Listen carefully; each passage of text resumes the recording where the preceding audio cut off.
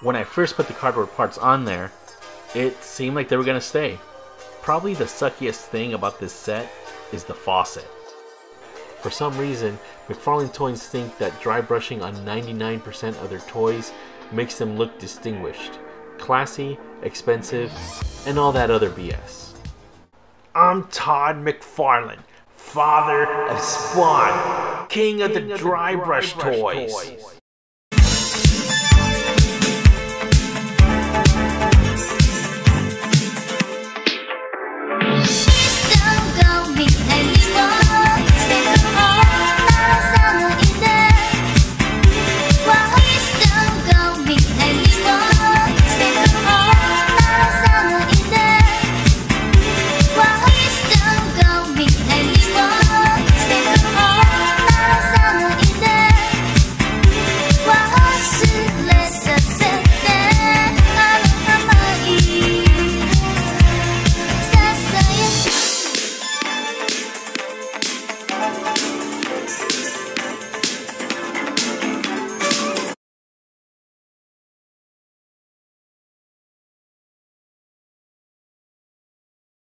Finally, we'll take a look at the largest set. I'm glad I saved this till last. This was the most unenjoyable thing I have ever built. And you might be thinking that I don't know how to build things from these brick toys. Well, I've built many Lego and Mega Block sets in my lifetime. But these McFarlane bricks, they're the worst. This moving toy with moving parts is horrible, and it's really bad because the bricks just won't stay together, and when you have moving bricks, of course it's gonna fall apart. Lego has perfected the brick so they can 100% make moving sets. Mega Constructs is still working out very minor kinks, but they're at the point where they can make moving sets too. McFarlane Toys, let's just say that they flew a little too close to the sun really early in the brick game. Here's a big problem.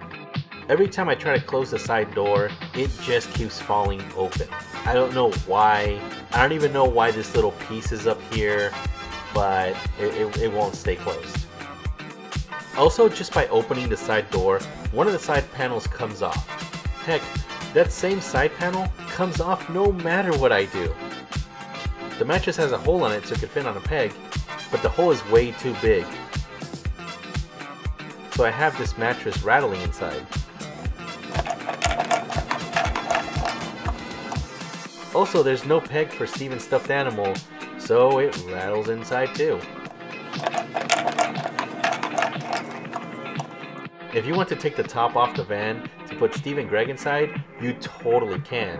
But it was such a huge pain in the butt, I don't even want to try, out of fear that the whole thing is going to collapse on me.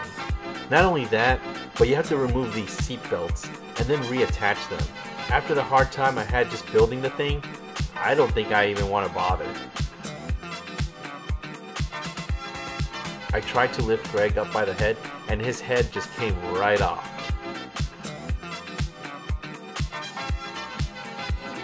His neck has to be the loosest thing between all the sets. His feet also come off very easily.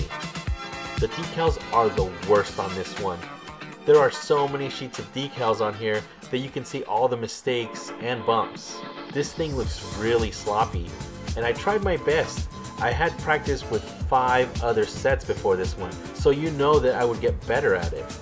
I know that this van isn't supposed to be the nicest thing on planet Earth, but it should look better than this. And the grill decal, it ripped on me. So get this, I put the decal where it's supposed to go, because they tried to make the decals the exact same size, except for maybe a microscopic overlay on one of the sides, but that's no big deal. I put the front of the van together and the grill was halfway covered by other bricks. I checked and rechecked the instructions to make sure that this was the correct way it was supposed to go.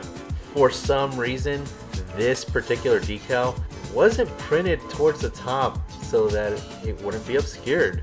So I had to line up the top of the drawing of the grill to the top of the brick instead of the top of the decal. And then I had to fold the decal over. By this point, I had removed the decal about 4 times, so I don't blame it for ripping on me.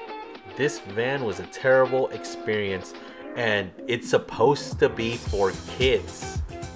These decals are the dumbest thing ever.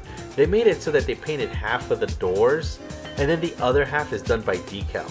What the heck is that all about?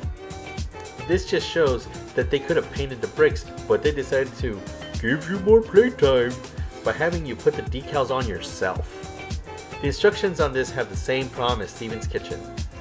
They have different colored bricks on the instructions than they do in real life.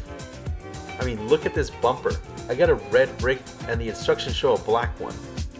I just took it as a rusted part on the bumper, but I'm sure they just screwed up. On a lighter note, the highlights on this van are the TV. I like that they had us build the back of the television set, and then you have Rose's video playing for Steven. A very sweet moment in the show. Steven's cheeseburger backpack is 2 pieces, which is pretty cool. But then again, there are 2 parts going through Steven's neck, his shirt and his backpack. And we all know how McFarlane bricks are about gripping, and his neck is no exception. With both parts on, his neck it's a little loose. And what's with this little half smile thing? That's definitely not something that I would expect from Steven. It looks like originally he was going to come with a big grin. At least that's what it shows on the instructions. I think this represents Steven much better. Steven and Greg Universe with the Mr. Universe van gets 2 out of 5 stars. This is a bad version of the van. It has the same problems as the other sets, but magnified because of its size. If this line continues, I think a young Greg with Rose wearing the Mr. Universe t-shirt on a stage would be the best way to go. As far as Steven goes, maybe Rose's armory, or even better, a fountain or ruin with a rose quartz statue. Now that would be incredible and very sentimental. In the end, the Steven Universe construction sets go through the entire gamut from bad to good. As a whole, the series gets 3 out of 5 stars. 4 out of 6 sets are on the positive end of things, so that bumped it up to the middle. I would recommend Rose and Pearl, since they each got a solid 4 stars each. If you don't mind all the trouble on Steven's kitchen, and if you don't care about Garnet's visor, those got 3 stars each, so they're average sets. The 2 sets that stink the most are Peridot and Mr. Universe. Don't buy them. The fact that there is finally a dedicated toy line that concentrates on Steven Universe without being a blind box or a blind bag, it's very refreshing. When the Steven Universe fans said that they wanted a Steven Universe toy line, this wasn't exactly what was on our minds. We wanted some 4-inch figures with playsets and vehicles. I really don't understand what's so hard about making this. I mean, the show's been on for a few years now. The regular show toy line was a huge disappointment, and it kind of seems like Steven Universe is heading in the same direction. Who knows, maybe Japan will be the one to get it right, and Figure Arts will get us some grade A crystal gem figures.